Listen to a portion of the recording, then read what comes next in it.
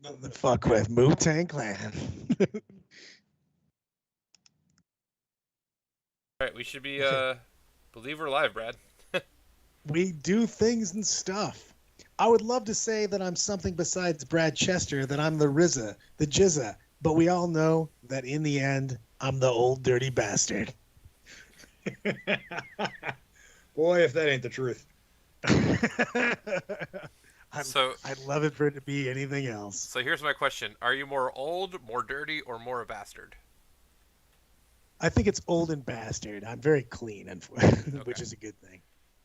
Old, so you're Although the he does OCB. smell much better when he's awake. Dude, so we're gonna lead with that, by the way. So we're at this ACO, and I am coming off a legendary bender, and I'm getting ready with my game, and Brian comes up and basically hugs me from behind, notebook style. It just goes, "You smell so much better when you're awake," and then just walks off, and I'm like, "Wait a second, what just happened?" Yeah, just because I sat on the edge of the bed looking at you doesn't mean a big thing. I mean, really, honestly, Brad, you're one to talk. Remember our first game that we've ever played? I don't know what you're talking about. I was completely sober. There's somewhere on a computer, there's video footage of that game. I believe there was many un-PC things that you stated you were going to do to me on the table that had nothing to do with Warhammer. Was this an MCM? And also, no, we had played at Red River. But the best part about that, we weren't the weirdest thing that happened. I'm not going to bring people into it, but there was an interaction. A little bit, Brad. There was an interaction that happened the next day, which made our thing seem so less weird. Yes. Yeah, I know exactly what you're talking about. Yeah. Anna, you are correct. For a change, we have almost 100% likes, and I love everything about that. So, guys, I'd like to really boost up the Thursday show. So I'm literally hoping for likes, subscribes, put this out in your communities, really, because the Thursday show, what I'd really like it to be as we move forward is just us embracing anything the community wants to talk about. So we need more people involved in that, because Thursday's basically going to be a question and answer session half the time of just us figuring out what you guys want to talk about, what's happening. We're going to bring on guests that are going to talk about hobby, things that they're doing. Like, for instance, today we've got Mr. David Timms. Give a shout out here next to the cow. Thanks, guys, for having me on the show. Recently I've been building my own channel as well, Tim's Nation. And surprisingly, in under 90 days, we've already jumped up to about I think I've just cleared 450 subs on mine. So something I'm doing is resonating. A lot of my stuff's like Necron focused right now because it's what I've really known best. But I do run some of the other armies like Grey Knights and that, and borrow other people's armies and play some other stuff as well, too. But a lot of my stuff's been really focused around Necrons as of late, just because that's one of the factions that I know the best for myself. And that's awesome, though, because I'm focused on everything. I mean, I'm the thing that I'm most excited about, to be perfectly honest right now, is Blake and I doing the lore streams, and we're going to keep 2 of those more.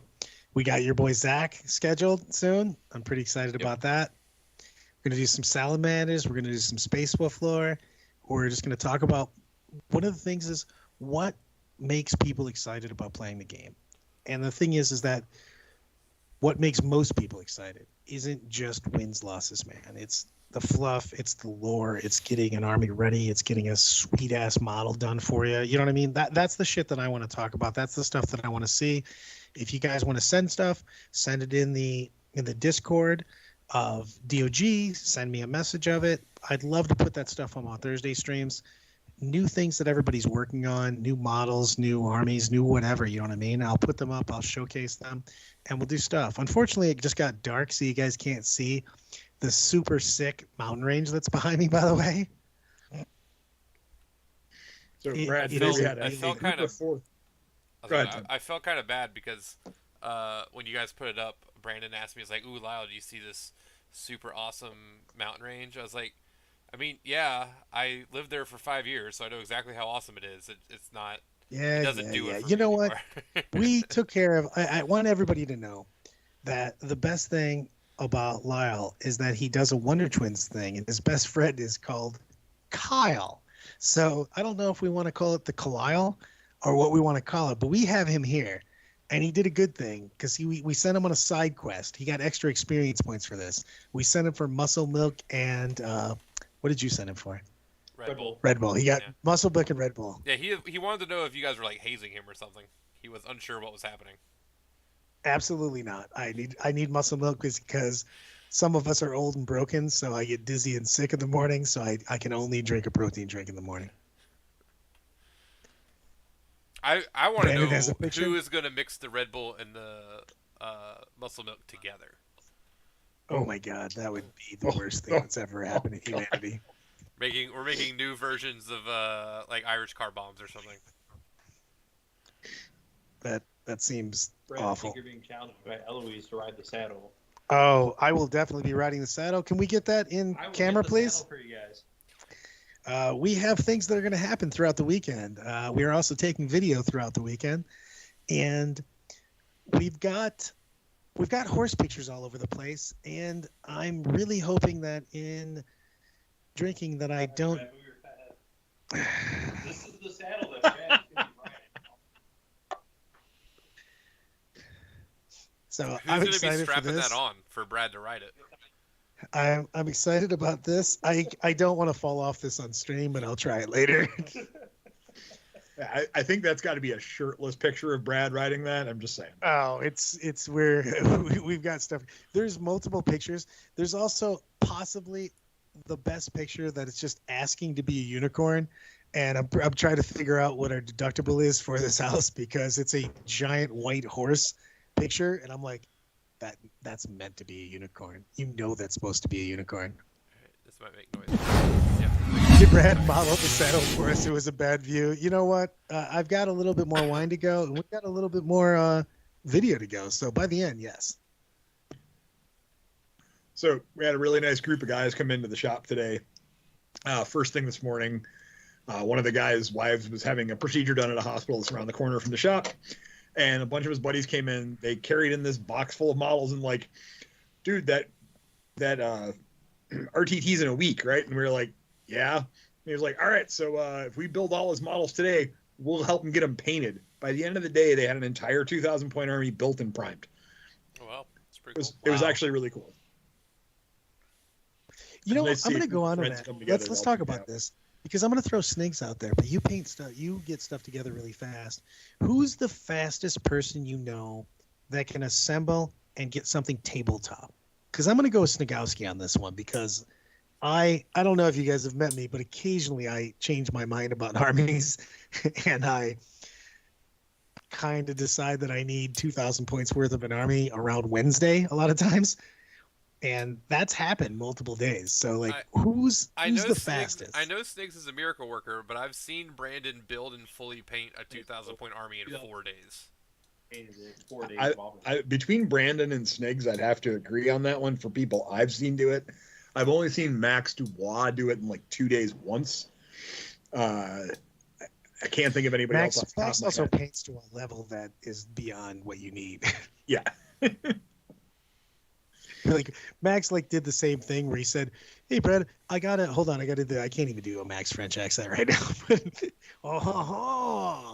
But he showed me an army and I was just mad at him because he acted like he was going to bring a Brad style army, which is just whatever paint happens to hit the models, and make it legal. And which I said, if you look at the DOG chat, for those that are in it, my favorite paint scheme, legal. That's my favorite paint scheme. But He shows up. Was and that he's like, was that Depticon last year with the Custodes? Oh yeah. Yeah. We just put that on. The best is Max did that to me, and I'm expecting him to show up with this haphazard army, and he shows up with this beautiful army, and I just look at him. I go, "Fuck you, Max! like, you still got beautiful shit. Screw yourself. That wasn't a real thing." Kyle. Hold on, and it came in with 16 hours for a full army. Apparently, damn. Wow. But that's with help. That doesn't count. I think the best that I doesn't ever count. did was 7 days. I mean, And he's trying to with pretend contrast, to you put together can the full slap army. chop We an army was together working on that for a relatively while. quickly. I don't know. The aforementioned Kyle messaged me earlier this week. He's like, I don't know if I'm going to have my bases completely ready.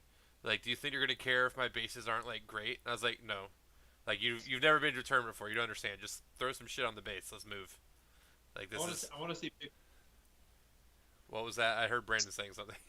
He goes, "He wants to see his pictures," but I want to. But seriously, who's the greatest fast army putter together painter? Who do we got? I would have to vote Brandon because he's the only person I have personal experience of. I mean, you do put stuff together with the quickness, Brandon.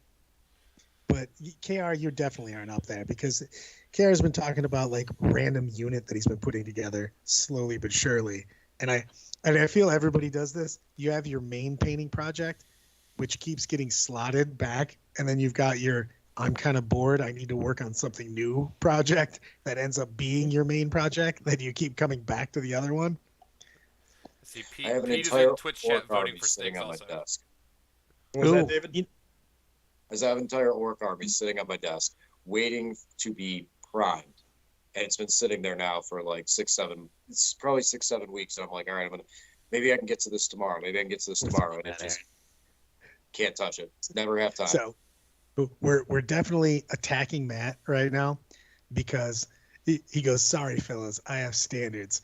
Okay, I asked Matt how long it takes him to get an army on the board, and he's like, "Well, I could put it on the board with that, but I don't feel comfortable with it." And I'm like this, and he shows me like a picture of a model that he had like halfway done, and I look at it and I was like, "That's better than all armies I've ever put on the table. Go eat a dick, man." Like, this is your test model that you're halfway done. Go fuck yourself. We all know your stuff's nice. Screw you. I'm gonna keep meta jumping. Yes, your army looks a billion times more than me. I will definitely. I'm driving the bandwagon. Who's the slowest person that you know to get an army onto the table? All right, Brad. Eloise thinks that you need to paint Eldar on Sunday. Fuck that. Can I? Well, after this question, I want to propose a pivot. But go ahead, Brad. I see that I'm looking at people that have won because we have in Toledo. I've got a couple people that like literally have won Golden Demons. So, Chris, I mean, there's so many people that like paint like one model till the end of time. Matt takes forever. Chris takes forever. I don't know who takes forever. Like good painters that take just forever to get stuff. I mean, Nathan's amazing. I think we all got that local buddy, who we get Sparks together and play Warhammer with, and we look at them and they're just like, you look at their stuff and you're like, dude, I know that you bought those models 7 months ago. Why are they not even primed? Let alone some of them might not even have an arm on them. And you're like, oh, well, it is a plasma pistol. No, that guy doesn't have anything on him. We have a guy in our local scene that has played Imperial Guard for over 10 years. We finally got him to prime his army last week. I'm guilty of legs. I had an Eldar army where I wanted to test it, wanted to practice it, and I had like 40 Guardians in the army, and it was just legs on bases. So I've been guilty of doing that sin too. I want you guys to know that I have, I was going to say I have a super secret, even though I'm telling everyone. I got shamed a while back by Sean Naden and a couple other people, and that I was hesitant to get stuff like really, really well painted and converted and stuff. I was like, the money and maybe I'm going to change things. And Sean called me out. This is one of my favorite stories about this because he goes, so you've been playing since 2nd edition? I'm like, yeah. He's like, and you've played Eldar in every edition, including this one. I'm like, yeah. He's like, so not exactly a real risk to get some really good Eldar painted up for yourself, is it, buddy? And I'm like, I mean, you make a good point. Like, I have been playing 23 years of Eldar. I guess if I get some stuff, but I'm having Blake do my Unicorn Eldar army slowly but surely. You know, the minute he paints you Eldar on Unicorn, they're going to actually release the dinosaur models. And then I will make him paint those. I have no loyalty whatsoever. I should have a 2-build hat. I will swing that thing around in a minute. Ooh, Protoss Eldar? Is this a thing? Is he been keeping me in the dark? I need this. That's what they're doing for Adepticon. You have Protoss? How have you not told me that you were playing Protoss? I feel like I've been betrayed. I've been betrayed. Well, when you come over on Sunday, you can come check it out. All right. Well, if I can take this opportunity as we're talking about different armies and Brad was talking about meta hopping, could I throw out there a quick discussion on some of the spoilers, leaks, rumors, whatever they are that came out today about 10th edition? Do we have time to talk about those? Only if you roll in Super Crack Missile Johnny 5. All right, so this is where I have to say, any rumors that came out were rumors that are on, I would assume you're talking about Auspex Tactics. I had the one that I saw posted just so is we I can think the same reference thing where the they're coming Auspex from. talk. I saw them before the Auspex Tactics video. I assume they're the same things he's talking about. I haven't watched it, but someone posted some Discord screenshots of some random Discord out in the ether this morning in our group chat. So I don't know exactly where it came from, but I have to imagine that they're crossing the streams there. I actually don't know the leaks at all, so somebody hit me with them. So, I have no. Just like Anna said, Anna goes, it's only come in chat every week. I go, I may or may not be oblivious to about, I think the percent is 96 to 97% of everything that happens in front of me. Right. So if you haven't heard them, it sounds like David hasn't heard them. I'll just read off. They're not that long, but I'll read off what I got in my little group chat this morning. Again, this is a screenshot from a Discord. I have no idea what Discord or who this person is or if they're verifiable or not. This is just rumors at this point. This is going to be it like could be completely made up. Furry lovers Discord. Got it. All right. So generic warlord traits and relics for all armies. More generic stratagems that all armies have access to. Fight on death, Auspex scan, combat revival, stuff like that. Return of Index Hammer at the beginning of the edition. All armies, stratagems, and warlord traits being massively scaled back in the indexes to streamline the game. All sub-factions are gone and replaced with custom traits. The turret rule is generic, and almost every vehicle will have a turret weapon. Which should have also always happened. Also, traits should have always happened because sub-factions are stupid. Continue. OBSEC will be gone. Objectives will be controlled based on the number of starting wounds, but troops will count their wounds as double. Spells and prayers cut to 3 per discipline, but it will still be meaningful. Games will intentionally be streamlined and more generic. Because I love that on Psychics. And I love complexity in the game. Continue on afterwards. Sorry, I haven't talked for a while, and I had to hear my own voice for a second.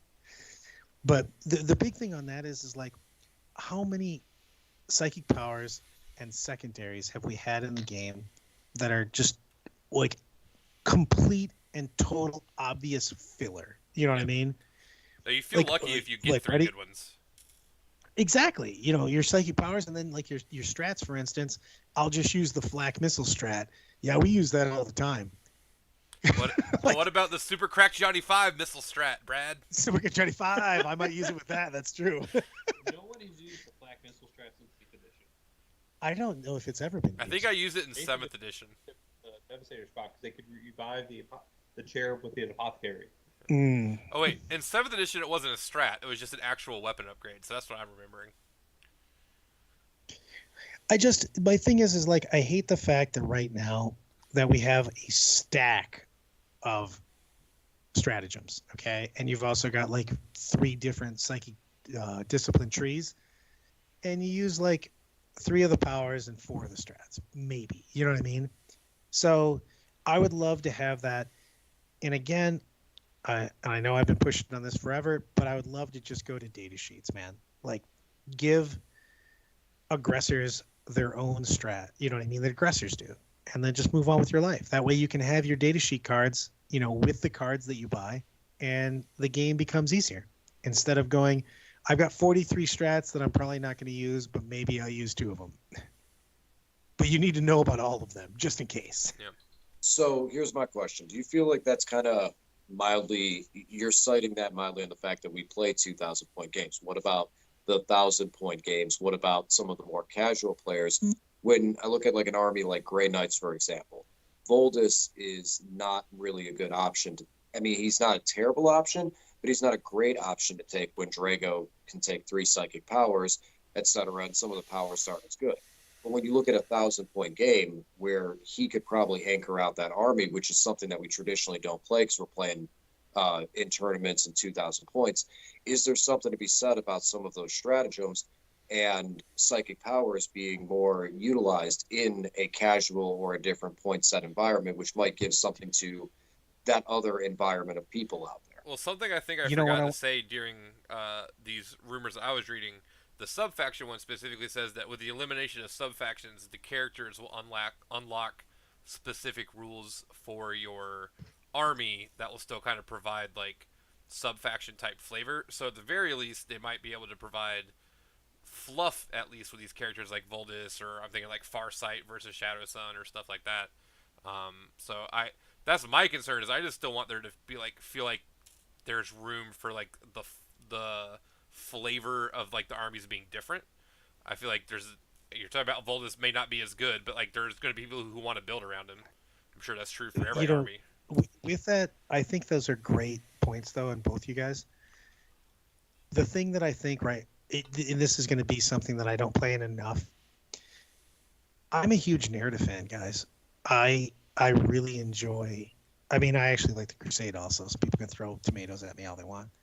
But the thing is that I love those powers being relevant, and they are relevant when you get more into the narrative, into the Crusade and stuff like that, or in smaller games, because some of the times you're playing in 2,000-point competitive armies, what happens is only the most efficient spell, only the most efficient stratagem gets played.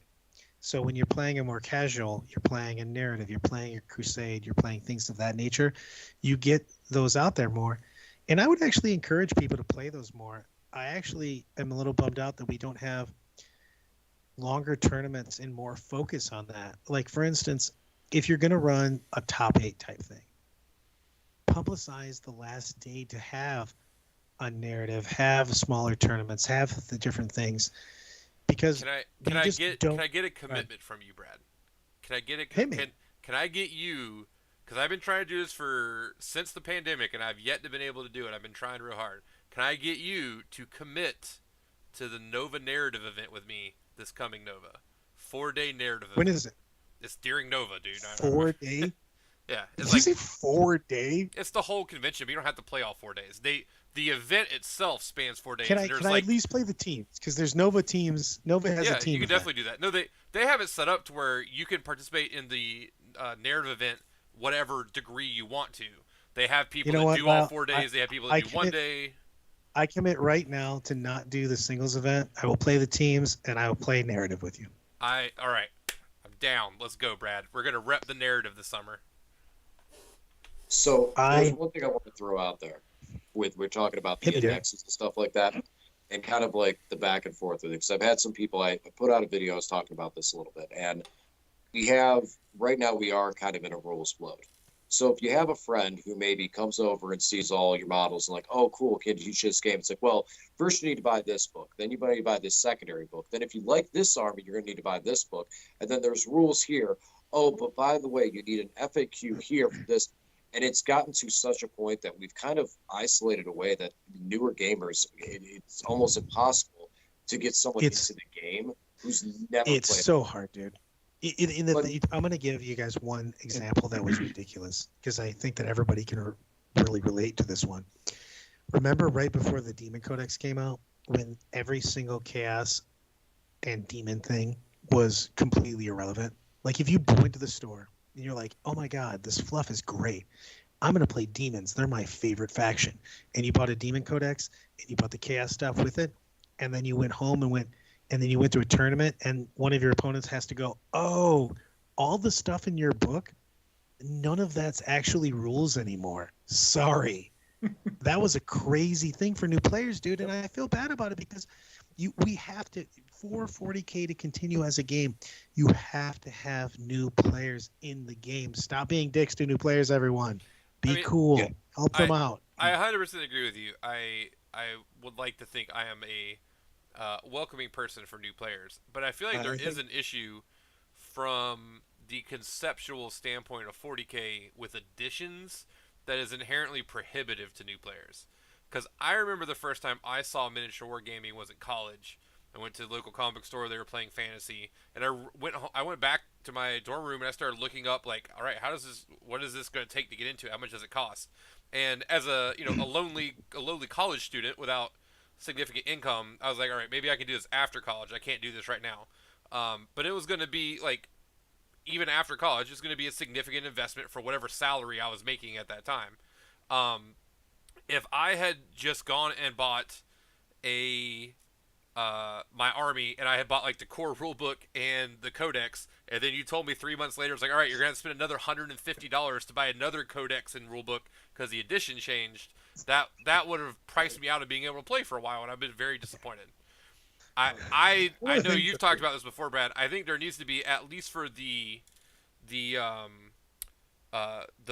books, there needs to be, I don't think those need to be behind a paywall. I feel like if we want new players to play, there's got to be some amount of documentation online. Jesus, I will go out of my cross on this one.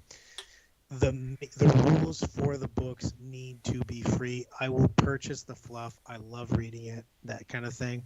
But man, if the rules change too much to be behind a paywall, it is bonkers town, and you are literally making it inaccessible for new and semi-inexperienced players to be in the game if they can't have access to the rules because they have no idea what the fuck they're playing with or against, man. One of the things I always say that to get new players into the game, 100% all the time, stores should encourage their players to have a 500-point, 1,000-point army on the go when you have your gaming night, right? A lot of places, I know, metric ton of them, it's Tuesday night or Thursday night. They have their game night. Everyone's like, oh, I have a 2,000-point army with me. And some new guy shows up and goes, man, yeah, I bought a combat patrol box. I got it together. I got it painted. Anybody want to play a 500-point game? And that guy all of a sudden is struggling to find a game. I think that everyone should just have a 500-point list based out of something that they've got in their case where they can go, oh, yeah, we'll play a little incursion game and, play on a small board and we'll learn the rules.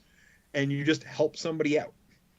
Dude, I think every player should be willing to do that. I want to just traditionally when I go to like RTs, I try not to take whatever I'm playing competitively because it's like a 3-day and it's usually a local event. Some of it's with my buddies and friends and stuff. And I don't need to go in there and crush people and make them, because that same local tournament, like you said, is going to be the guy who lives in the area. Maybe like you said, they bought the combat patrol and they realized, oh, I can't find anybody to play 500 or 750 point game. So then they went and invested another $1,000 to get a 2,000-point army, and they're all excited. And they show up to the event, and here in round 1, game 1, they get swept off the table and just completely clobbered and didn't know what's going on with it. And I feel like the RTs are also a good time to do that, but kind of gauge it. Like you don't want to go and beat up all your local people, otherwise that kills your local environment, and then you have no one to play with. Yep, I don't know the last time I took my serious list to an RTT. I've kind of done what you've said. I've tried to take them as opportunities just to try weird stuff or play a fun list that I'm never going to actually play or finish painting or whatever. What do you mean? I tried a weird listed LVO. What are you talking about? Well, so I guess you just have bigger balls than me, Brian. I don't know. I mean, if you want to put up polls and have people make you play certain things, I've done that several times also. But I want to go back to the Zoops thing real quick, which is like when you Google what you're looking for in an army, you should be able to find actual fucking written rules. Let's be honest. The rules have to be free. We'll purchase. I feel like we've shown time and time again. I will buy the electronic version, the print version, and every other goddamn version. You have to have a set of rules that updates all the time, because you don't want people to have. I super don't want to have, because I promote going to tournaments so much, and I want people, especially newer players, to have a great tournament experience. If I'm playing David and I have no idea what Necrons do, and I have no way to find out what they do, it feels like a shitty game, because I don't know what the fuck his army does, and I have nowhere to go for that. I should be able to just access his rules, like his base rules, up to date all the time. You know what I mean? And that should be the basics. And most every other game system has that, which is just crazy for me, that we have this weird thing that we're used to other things happening in 40K. So I feel that we'd have more engagement, and we need more new players. You know what I mean? There's no way that we continue the growth that we have and the tournament growth that we have if we make it so that people have an inaccessible tournament experience where you'd have to just go, you should just know. You know what I mean? Everybody isn't in the know. You know what I mean? You have to make the resources available. I feel like we could get into an esoteric conversation here, because I think that brings up the question.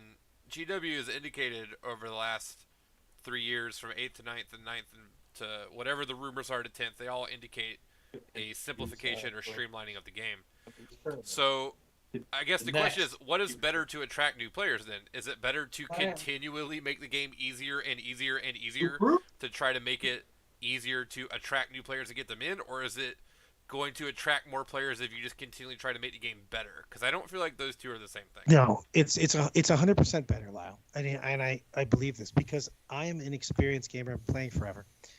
I love. I think this is the first time that we've really kind of seen Games Workshop put first of all, can we right now from, like you said, Brad, you were second edition. I'm not sure where you guys started into it. This is the closest that we've had to a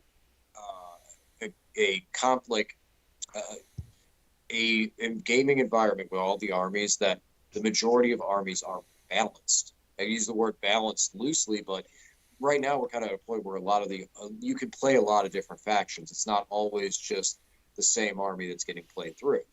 And they've been doing a better job at trying new things, trying to implement new things, being quicker with FAQs, putting out the point scheduling, saying, listen, every 6 months you're going to see this is going to happen, and kind of sticking to that. So in one sense, I don't think that there's necessarily an awesome stuck formula that we've seen work, but at least it's reassuring that they're trying something new. And I think that the reset for the game is actually really good and healthy for the environment, so that we can bring newer players in and then beat them up with rules as we release codexes. So I agree on that 100% on that, because I don't think they need to blow it up. Please don't Age of Sigmar our game.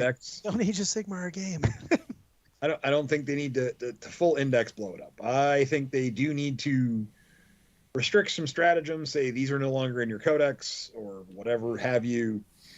But I don't think it needs a full blow up. I just think they need to revise the terrain rules a little bit, because I think the terrain rules are solid. How would you feel about this? You purchase a character, and when you purchase that character, you purchase the physical model, and you get a blister. And in the blister, there is 2 or 3 cards, and those 2 or 3 cards are the stratagems. And by purchasing the character, now you have that stratagem for your army that comes with the character. I don't really care for that, because that reminds me of X-Wing, Star Wars Legion, and a few other games where they were pay to win. But by buying a character, you got the strat. I don't like that idea. I don't like building an army with cards.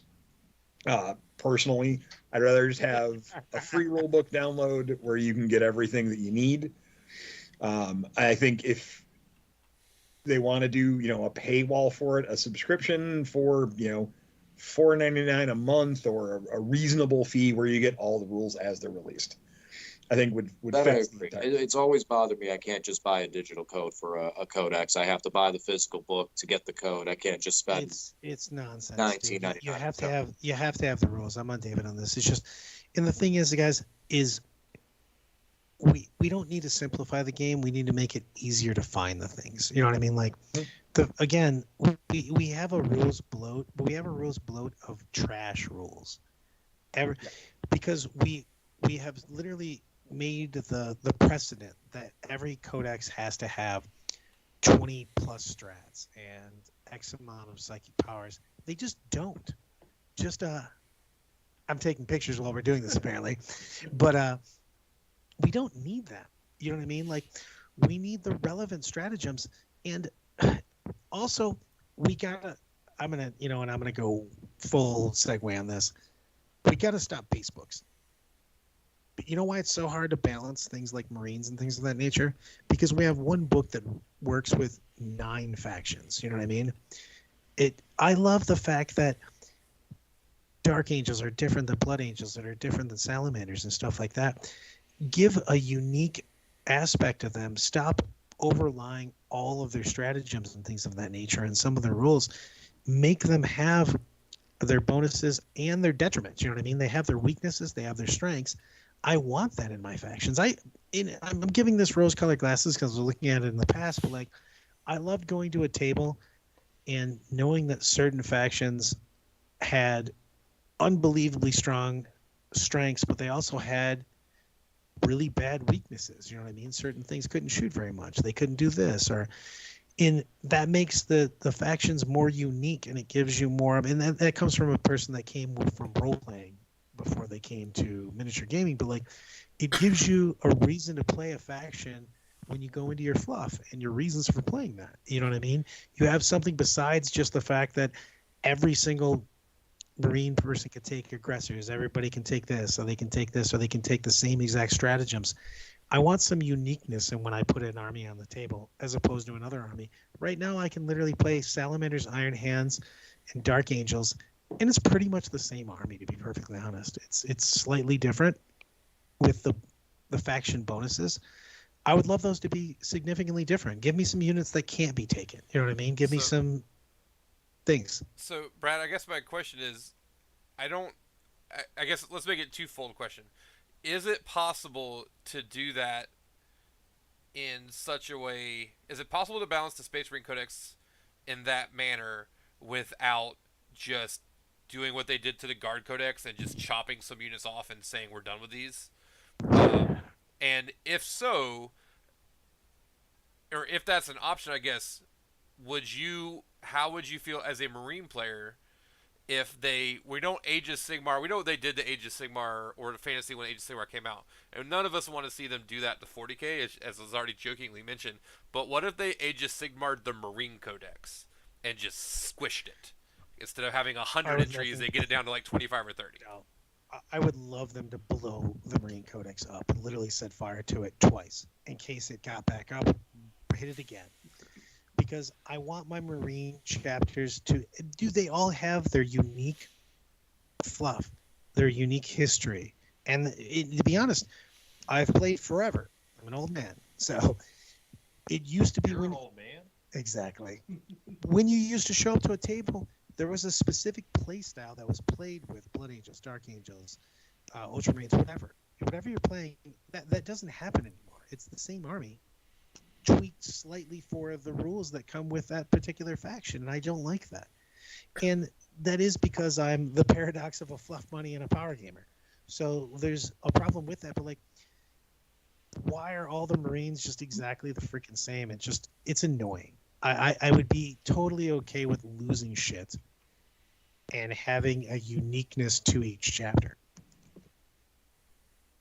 I just think there's too That's many. all I have to say for the war in Vietnam. Yeah, I think the most common complaint I hear about balancing the game is specifically the Marine Codex, that it's impossible to balance because there's too many things in it, and everybody uses different. Well, that's why. That's literally why you have Imperial Fist and Crimson Fist sitting at the bottom, because you can't buff them without buffing Iron Hands and the other guys. You know what I mean? That are already doing fine. So it's a big deal. How am I right now on the mic, everyone? I keep moving it because I'm trying to drink around the mic. That's better. It's not your best mic ever, but it'll work. It's not my. How about this? Is it my best mic here, or is it my best mic here? A little further away from your mouth. It's probably a little bit better. Yeah. I can't. All right. As the person running the stream tonight, I'm going to put my foot down right now, though, and say we got to table this for another Table Talk Thursday because it's time to bring out the bear. It's time to talk about the bear, Brad. We are in. I want you guys to know right now, we are in the epic tale. I would say it's a Beowulf bard's tale of a bear on an adventure in a land, a rocky land, maybe even a Smoky Mountain land of. I can't even continue. I was laughing so. You did a pretty good impression of the trailer guy there for a minute, though. Yeah. We are in Cocaine Bear land right now. And I want everybody to know Cocaine Bear was a real thing. I looked it up. I did not believe anybody. I thought everybody was trolling me. I was like, there's no fucking way that happened. And then I looked it up. And apparently, by the way, the movie looks like it was comically made, but I'm totally going to see it. But a bear ate a, like, holy shit stack of cocaine and then went on a rampage. He went on a Chad Bender. That guy definitely got, at some point in time, he got a branded tattoo of his frat while he was out. That happened. That's how crazy that bear got. I can't decide if it'll make me a better or worse father to take my stepdaughter to go see Cocaine Bear.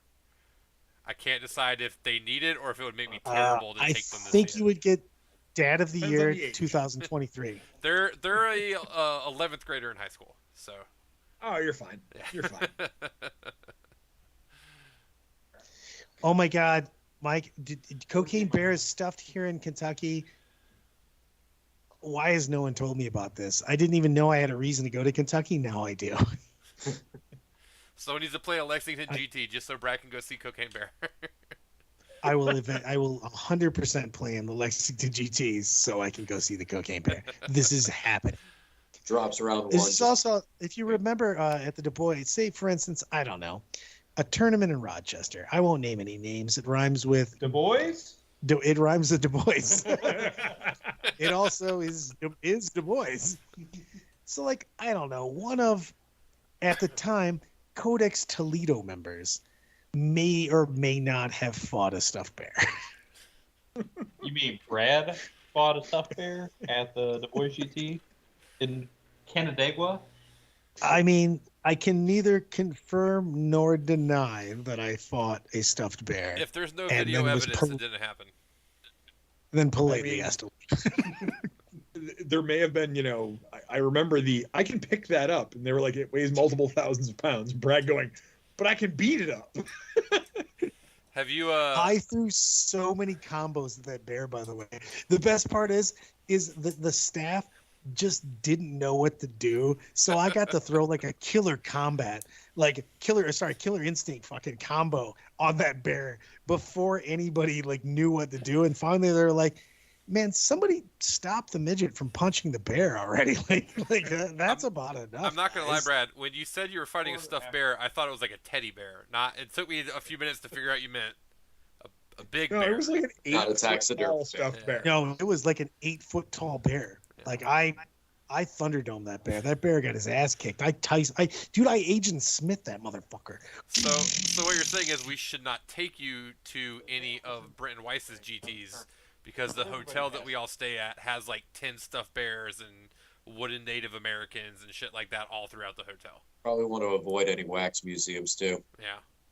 I would wreck those guys. I wrecked that bear. Well, I definitely combo breaker the shit out of it. Speaking of wrecking, Brad, let's talk about Cherokee because that's where you are. You're here for a tournament, right? What's gonna wreck this tournament? You know who I predict? Wolves. You know what? L's and V's are stupid. Just go with double O's, FS. That's all you need, my friends. Woofs. Let's do this. I am super excited to play the Wolves. I have to give props to Sam Dayton.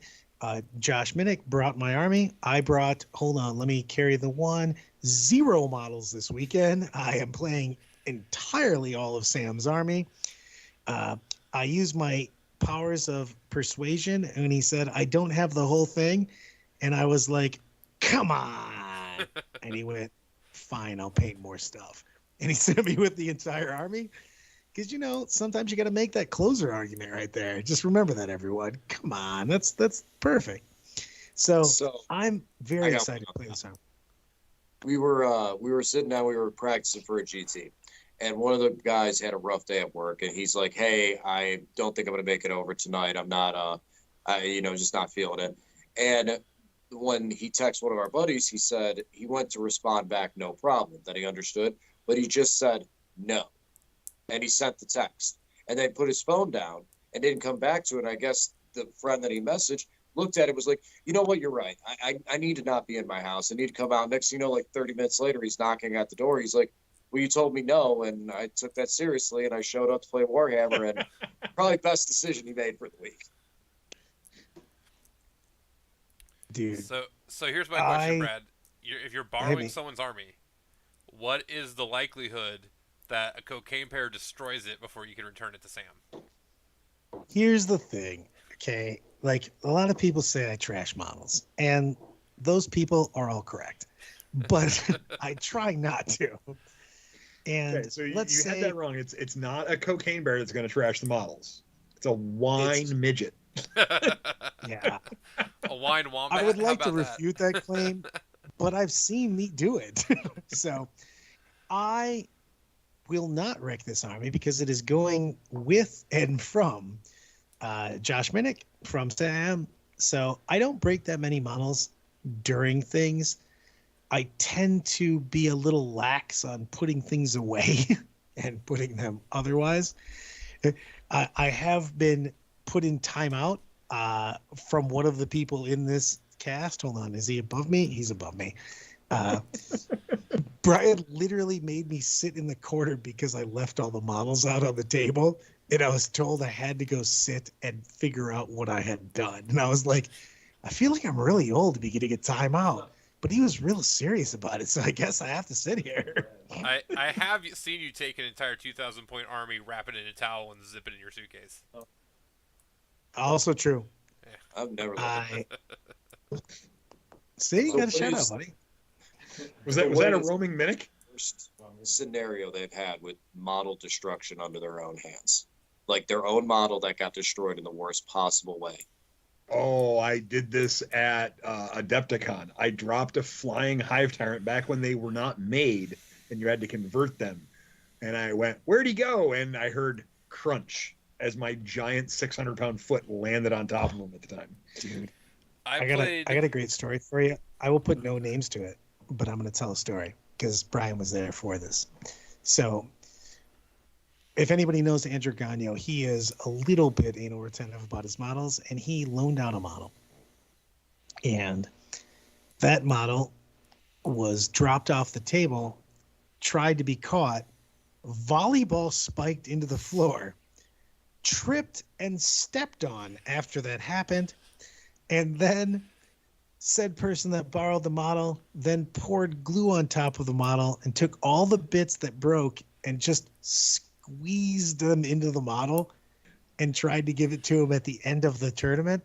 And it might be my favorite facial expression that's ever happened in all of 40K. Brad, because he just rolled his attempt to disbelieve D&D style. Brad, I have a very simple question for you. Why is anybody friends with you? I don't understand. I wasn't the person that did this. There's no way. No. That story is 100% about you. I said no. I said no names. No, there's no way that story is not about you. That story has to It be is about you. So this one I can definitely say is 100% not about this him. one he's telling the truth. It's about a guy that has some magic and I don't know, something to do with a color of coffee. I don't know. The Raider. God damn it. I'm going to tell the Raider story. So, Saturday at ACO, I'm First at the ACO. elevator. This is No, it was LVO. It was ACO. Okay. Was ACO? At ACO, it was ACO, and I'm getting off the elevator. I may or may not have had a couple beverages before that evening, and I go to take my cart, and my stuff might be, I don't know if you've ever seen my cart before, but I casually arrange my models on the cart. Guy bumps into me, Raider bumps off the cart, and at ACO, one of the elevators had a huge gap on the bottom floor, just one. And my Raider went through said gap down into the elevator shaft. I don't know the gentleman that helped. One of the guys, literally, dude that hit me, that guy can go burn in hell because he just, like 80s action hero, like explosion behind him, did not give a fuck. But the guy next to me held the elevator door and was like, all right. And I'm like, dude, I appreciate the help, but like, I don't know what your plan is because I'm not going to dive into the elevator shaft for a fucking Dark Eldar Raider. The best, I have to start asking people for Raiders. And we're on day 2, by the way. So the people are looking at me like, dude, what did you play with yesterday that you need a Raider today? So I have to get into this weird discussion with everybody about how I lost a Raider in an elevator shaft. Fucking Question Raider. is, the guy that had to clean out that elevator and found that thing going, what the hell is this? Exactly. Why are there toys at the bottom of an elevator shaft? Like 10 used condoms and a Dark Eldar Raider. And the Dark Eldar Raider was the weirdest thing that they found. Mine, I was a kid, so I was young, and so like when you got a little bit of money to buy a model, if it gets destroyed, you're gonna cry in the middle of the parking lot. And I got the big pewter 3rd edition metal Bloodthirster, and we were getting out of the car to go home, and my buddy was helping me get out, and he picked up my Bloodthirster, and he was holding it by the base, and he went to turn to like close the door or something, and the Bloodthirster popped off the base, and it hit the pavement, hit the street, and just shattered. And then a truck drove by. Oh no! And ran the whole dang thing over. That was just, and surprisingly, yeah, pewter squishes real easily. So that was gets destroyed. Sad. Oh, it was. Pewter, I was by so the way, sad. when it gets wrecked, is just wrecked forever. Just throw it away. I put it in a little. That is funny. Zoom's actually called me out on that. He goes, when the favorite to win ACO is Rocker on a day 2, asking if anyone has a Raider. People are wondering what happened. I did win that tournament, by the way. Thank you very much. Yes, you did. So the homeless guy won the tournament. Might you spare a model, sir? Might you have another Raider? Did you ever tell the desk, excuse me, you might find something in your elevator that's a little strange? I did have to explain to Kramer, because those were all his models, what happened to one of his Raiders. And then he looked at me and just went, At least you didn't put your dick in it. I mean, that's always good. I mean, he literally looked at me and was just like, explain one more time how my Raider is in an elevator shaft. He's like, did you? And he looks at me and goes, did you do it on purpose? And I go, no, I did not do it. You couldn't have done that on purpose under any circumstances. I mean, The Brad, best part of this, though, the best part of this idea, can I fit a Raider in here? the best part of this idea is you try to explain to Kramer, who I'm sure when you're having this conversation is already like 3 glasses or 3 bottles of wine in, like, because if it's near the end of the event, like he drinks these events, he's having a good time. So you try to explain to drunk Kramer is just a vision in my head now of him just there in his bathrobe, just like, what? They're all hiding in various rooms because they're doing it. Then you probably have to explain when you get back up. Table collapse. I've seen tables collapse. Oh yeah, Dude, we've had, I don't know, Kiara brings this up. I've seen this happen. I mean, it's also, and I know Brian's seen it because we've talked about it. But I don't know if you young bucks have seen it. How often have you seen a table actually break in a tournament? oh yeah. I saved a table on a break in a tournament. I was playing Ooh. over, and it was a folding table, and the legs collapsed. And I was looking over there, and I looked at the legs, and I don't know what something just in me, whatever, was glancing in that direction at the moment. And I saw the table leg collapse and start to just go from this to like slowly start going in because the legs were sliding underneath it. And I stepped over to move my models, and then all of a sudden you hear the click of like the piece that holds it together just stopped holding it together.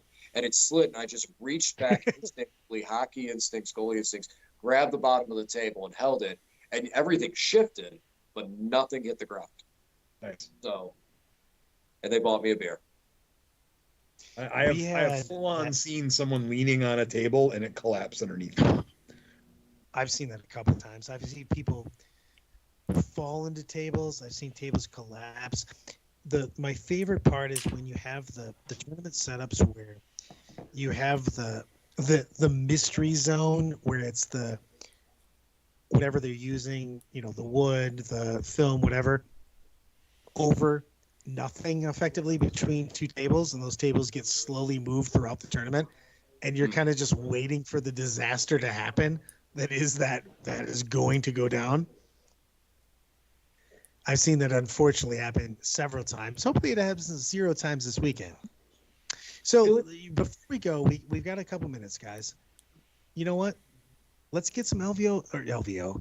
Okay, let's get some tournament. Predict LVO 2024 right now. Let's go. Predict LVO 2024 in 10th edition in a meta that we don't know, in edition that we don't know. But before we predict that, let's predict Cherokee. I think it's going to come down between Space Wolves, Tau, and Iron Hands for the top spot. How many Tau players are there at this event? I didn't remember seeing there was a lot. There's a decent amount, and I actually think the Tau is going to be up there, guys, because Tau does so well in the Marine meta. Without Honor or Contempt, volume shooting Tau, especially Tau set with all those rerolls. And I'm not going to lie. Hold on. I'll give it. Ready? To be fair, I think that my LVO Tau list would do amazing right now. Because I think it would do fantastic against all these Marine lists. It can pick up multiple things. I think Tau's in a great spot right now. I know everybody's like, oh, planes did this and suits went up a little bit, but like your army really didn't go up that much. You lose a commander and then just play your game. I agree, Brad, that if I was going to play, if I had to go to a tournament and like my life depended on me doing well, I would take my Tau list right now and it would have 0 Riptides in it because I think that is a terrible choice right now with all these demon players that are coming to Cherokee.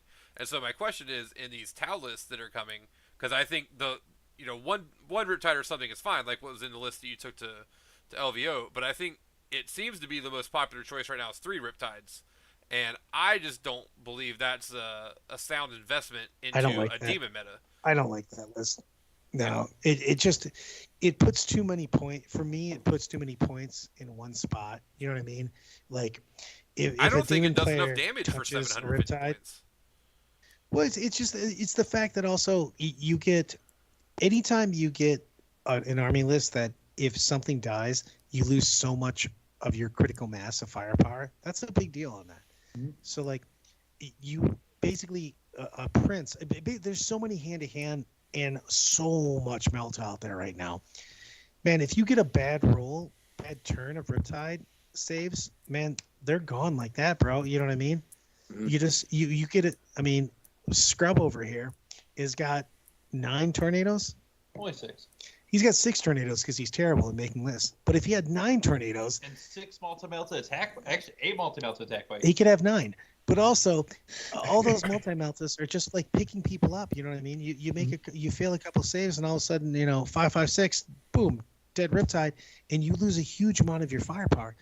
So, but the thing is that's always been me on MSU. So, like, I've always been on that. But I do agree, Lyle, that in this meta, having too many points, which is 750 if you take 3 Riptides, it's tough for me to really take that. You know what I mean? And going into it, it's really rough. If I were bringing Tau to Cherokee this weekend, I would be bringing 12 crisis suits split over 3 units and probably 3 breacher fish, and then season some other stuff in there.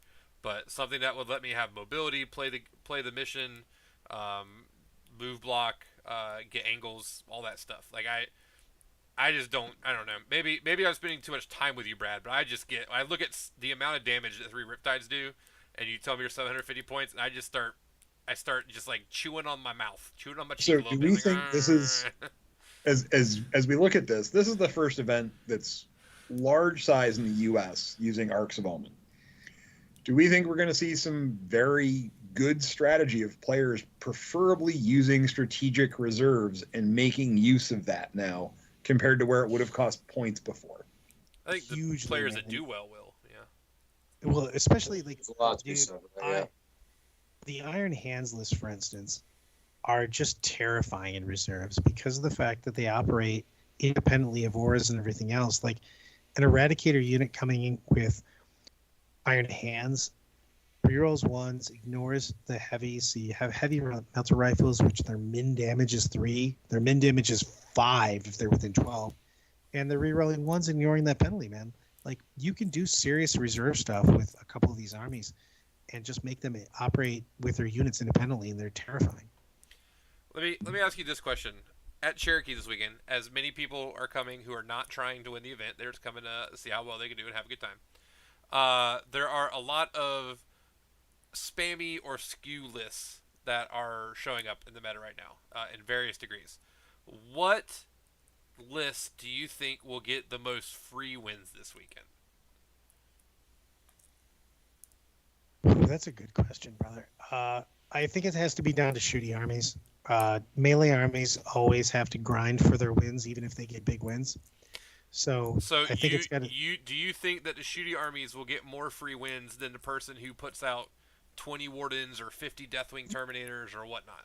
1,000%, because they still have to play the game, because they don't have any speed, and if your opponent doesn't play into you, you still have to really throw down. Kyle's got a good point on that. Demons actually could get decent amount of free wins because of the fact that board corners is a nightmare for people playing against demons, and they could just rickroll their opponent on turn 2, to be honest. Yeah, the thing is though, there's not one ubiquitous demon list right now. There's lots of variations on the demon lists. So I don't think of that as like a free win skew army at all, because there's still a lot of teching and play that goes into that list. So now with that being said, like we're talking about a lot of the stuff that we've seen winning in those top tournaments and stuff like that.